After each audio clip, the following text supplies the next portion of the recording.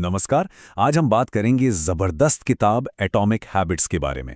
इसका जो सबसे बड़ा आइडिया है वो ये है कि कैसे छोटे-छोटे मतलब ऐसे बदलाव जो दिखते भी नहीं, वो समय के साथ मिलकर कमाल के नतीजे दे सकते हैं।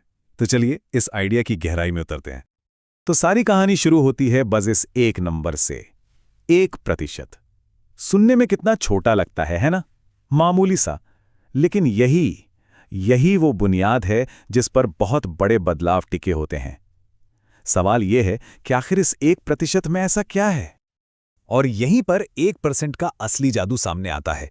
ये बिल्कुल कंपाउंड इंटरेस्ट की तरह काम करता है। जरा सोचिए, अगर कोई रोज सिर्फ 1% बेहतर होता जाए तो साल के आखिर में वो करीब 37 गुना बेहतर हो जाता है ना? कमाल की बात। बस यही है छोटी आदतों की असली ताकत। वो दिखती नहीं है, पर धीरे धीरे समय के साथ पूरी जिंदगी बदल कर रख देती हैं। तो ठीक है, अगर अच्छी आदतें बनानी है तो उससे पहले ये समझना पड़ेगा कि आदतें आखिर काम कैसे करती हैं। हर आदत, चाहे वो अच्छी हो या बुरी, एक 4 स्टेप वाले साइकोलॉजिकल लूप को फॉलो करती है। इसे कहते हैं हैबिट लूप। सबसे पहले होता है क्यू, मतलब एक इशारा या संकेत। ये दिमाग के लिए एक ट्रिगर है कि चलो कुछ करते हैं। फिर आती है क्रेविंग, यानी उस काम को करने की इच्छा, एक तरह की तलब। इसके बाद आता है रिस्पॉन्स, मतलब वो काम जो असल में किया जाता है, वो आदत। और आखिर में है रिवॉर्ड, यानी इनाम। ये इनाम उस इच्छा को पूरा करता है और दिमाग को बताता है कि भाई ये लूप तो बढ़िया था, इसे दोबारा करना है। ओके, तो अब हम ये समझ गए हैं कि आदतें बनती कैसे हैं, तो क्यों ना इसी जानकारी का इस्तेमाल अच्छी आदतें बनाने के लिए करें।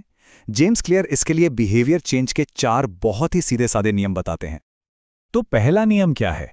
इसे स्पष्ट बनाओ। मतलब जो आदत डालनी है उसके इशारे को, उसके क्यू को अपने आसपास इतना साफ कर दो, इतना सामने रख दो कि उसे अनदेखा करना मुमकिन ही ना हो। जब सिग्नल एकदम सामने होगा तो दिमाग को सोचना ही नहीं पड़ेगा, काम अपने आप शुरू हो जाएगा। इसका एक बहुत ही सिंपल और ज़बरदस्त उदाहरण है। मान लीजिए किसी को रोज़ रात में किताब पढ़ने की आदत डालनी है, तो बस इतना करना है कि किताब को बिस्तर पर तकिए पर रख दें। है तो ये बहुत छोटा सा बदलाव, लेकिन ये पढ़ने का जो इशारा है उसे इतना ऑब्वियस बना देता है कि उसे इग्नोर करना लगभग नामुमकिन हो जाता है। चलिए, अब आते हैं दूसरे नियम पर। इसे आकर्षक बनाओ। देखिए, सीधी सी बात है, आदतें तभी टिकती हैं जब उन्हें करने की इच्छा, वो क्रेविंग मजबूत हो।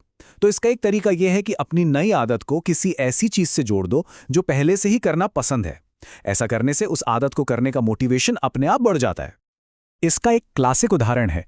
मान लीजिए एक्सरसाइज करना किसी को बहुत बोरिंग लगता है, लेकिन अगर एक्सरसाइज करते समय अपने फेवरेट गाने या कोई पॉडकास्ट सुनने को मिले तो अचानक वही बोरिंग काम एक ऐसी चीज बन जाता है जिसका शायद इंतजार रहे।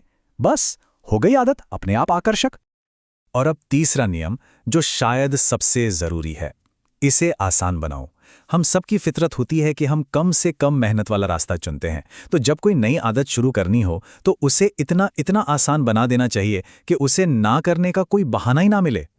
यहाँ पे जो असली ट्रिक है वो है शुरुआत को मजाक लगने जितना छोटा बना देना।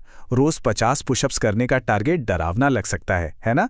लेकिन सिर्फ 2 पुशअप्स, अरे ये तो कोई भी कर सकता है। और एक बार जब 2 पुशअप्स की आदत पड़ गई तो फिर उसे 3, 5 या 10 तक ले जाना बच्चों का खेल बन जाता है। असली चीज है मोमेंटम बनाना। और अब आते हैं चौथे और आखिरी नियम पर। इसे संतोषजनक बनाओ। हमारा दिमाग ना उन कामों को बार बार करना चाहता है जिनसे फौरन खुशी मिलती है, फौरन सैटिस्फैक्शन मिलता है। वो भविष्य के बड़े फायदों के लिए इंतजार नहीं कर सकता।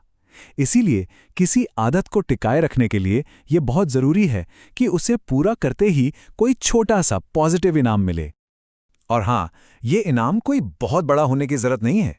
जरा सोचिए, एक कैलेंडर पर हर दिन काम पूरा होने के बाद एक क्रॉस का निशान लगाना। ये छोटा सा काम भी दिमाग को एक जबरदस्त सेटिस्फैक्शन देता है। ये अपनी प्रोग्रेस का एक विजुअल सबूत होता है, एक छोटी सी जीत का एहसास जो दिमाग से कहता है कि वाह, इसे कल फिर करना है। अब अच्छी खबर यह है कि बुरी आदतों को तोड़ने के लिए कोई नया सिस्टम सीखने की जरूरत नहीं है। हमें बस इन्हीं 4 नियमों को पलट देना है, बस उल्टा कर देना है। और यहीं पर इस पूरे सिस्टम की खूबसूरती सामने आती है। कुछ भी नया नहीं सीखना है, जो कुछ अच्छी आदत बनाने के लिए किया था बस उसका उल्टा कर देना है। जो स्पष्ट था उसे अदृश्य बना दो, जो आकर्षक था उसे अनाकर्षक बना दो, आसान को मुश्किल और संतोषजनक को असंतोषजनक। कितना सिंपल है।